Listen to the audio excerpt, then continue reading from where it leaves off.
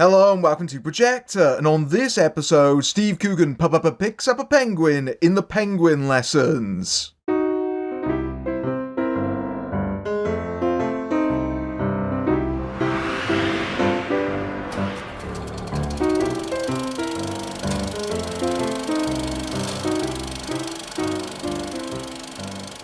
In 1976, Tom Michel, played by Steve Coogan, takes a job teaching English at St. George's College in Argentina on the eve of a military coup. On a trip to Uruguay, Tom rescues and cleans a penguin from an oil spill, who bonds with him despite Tom's attempts to get rid of it, forcing him to smuggle it back to the school in Argentina. The penguin soon becomes popular with his students, who name it Juan Salvador, and helps Tom improve their grades. The Penguin Lessons is based on Tom Michel's memoir of the same name from 2015, which he initially self-published after being encouraged by his late wife. It then drew a huge amount of attention, leading it to eventually be picked up by, who else?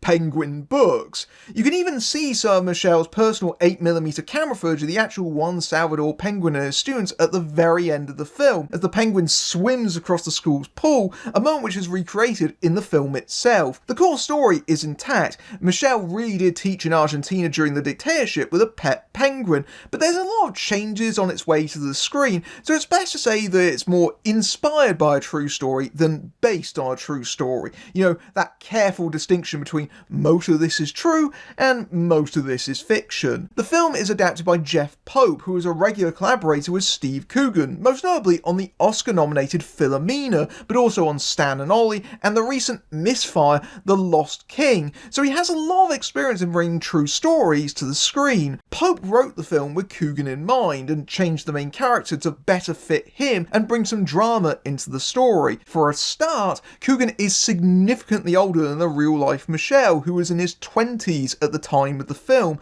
so they've aged him up a bit, but they've also given him a more world-weary attitude that was not that of his real-life counterpart. I've seen Coogan interviewed alongside the real Michel to promote the film, and he recalls that he was so eager to travel and see the world that he applied for a job in Argentina almost completely oblivious to the political situation at that period of history, and admits he probably got it because there was likely a shortage of competition given the circumstances. The film is directed by Peter Cattaneo, who is still best known for the monster British hit The Full Monty, which is still pretty heavily influential in the local film industry today, and more recently had success with Military Wives, which also very loosely adapted a true story to film. And if you've seen the marketing for this in the UK, you've probably seen a barrage of ads with upbeat music, filled with quotes calling it endlessly funny, and humorous bits of Coogan wrestling with a penguin promising an uplifting comedy.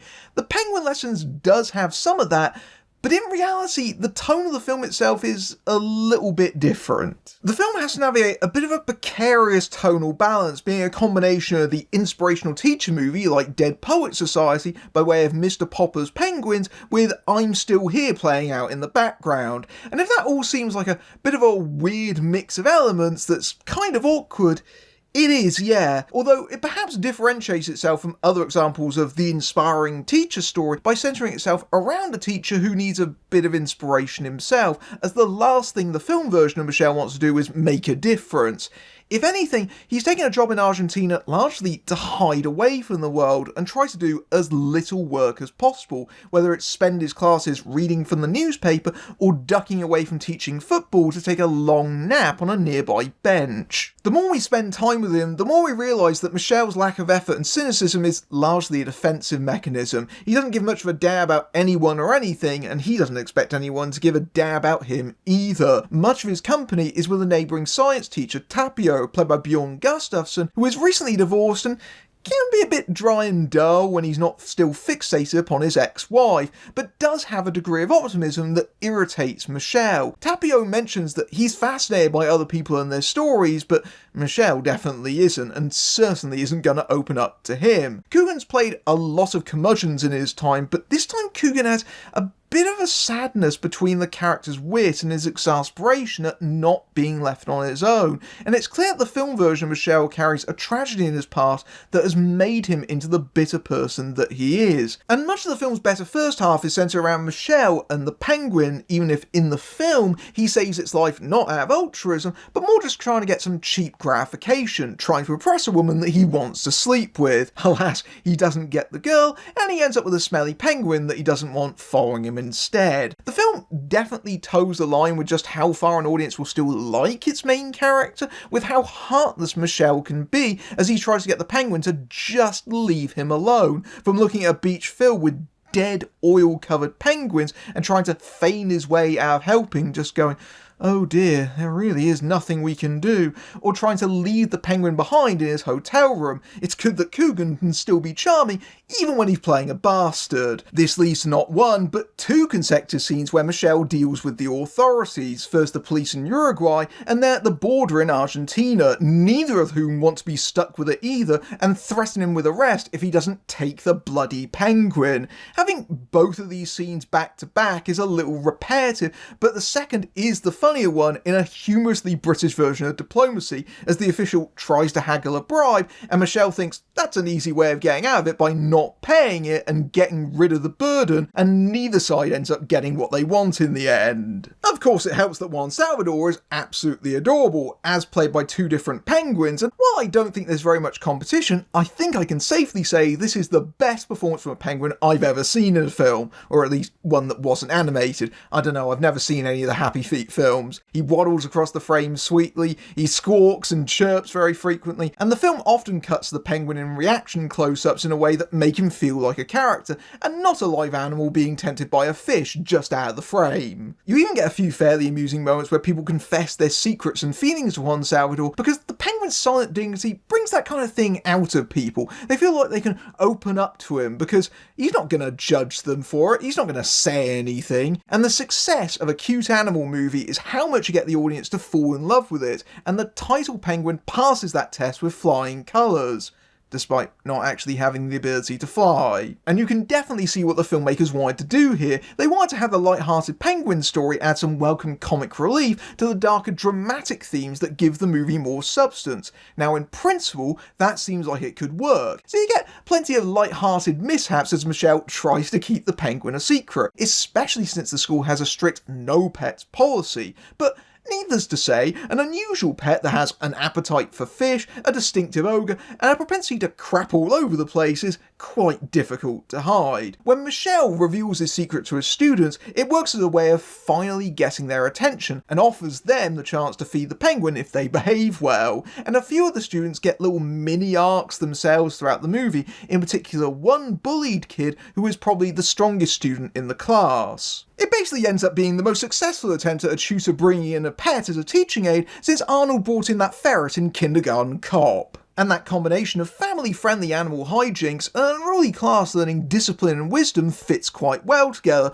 but unfortunately comes unstuck when it's placed against the backdrop of a country's fall into dictatorship, which puts it in pretty sharp relief at times. That's especially true in the second half of the film, where it starts to become more prominent, and the penguin starts to become second banana in his own movie, or is that Banana Republic? Peter Cattaneo has had success mixing comedy and drama before, but there's a bit of a difference between the steel mills closing in Sheffield and a country undergoing a military coup. And for those who don't know, this is a dark period in Argentina's history known as the Dirty War, where thousands of people were disappeared and killed. And I don't know about you, but that's a heavy subject matter that's probably not suitable for a film about an unlikely friendship with a penguin, but it especially feels uncomfortable given the echoes with the current political moment right now. At first, the film keeps the political turmoil on the sidelines, finding some mild humour in a sequence where Michel is given his pay and told he needs to spend it all immediately because tomorrow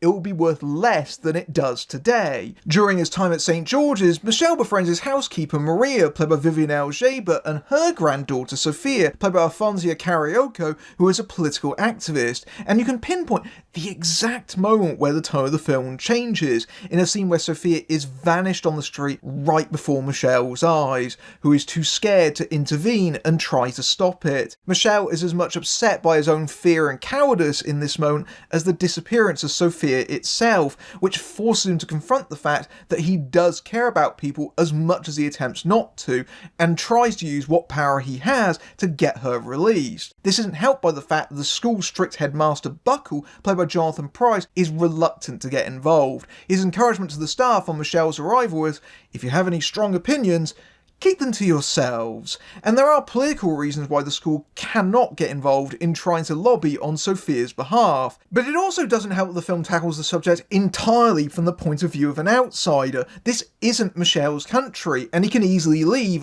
unlike its citizens. In fact, he literally does so early on when the school closes for a week after a bombing.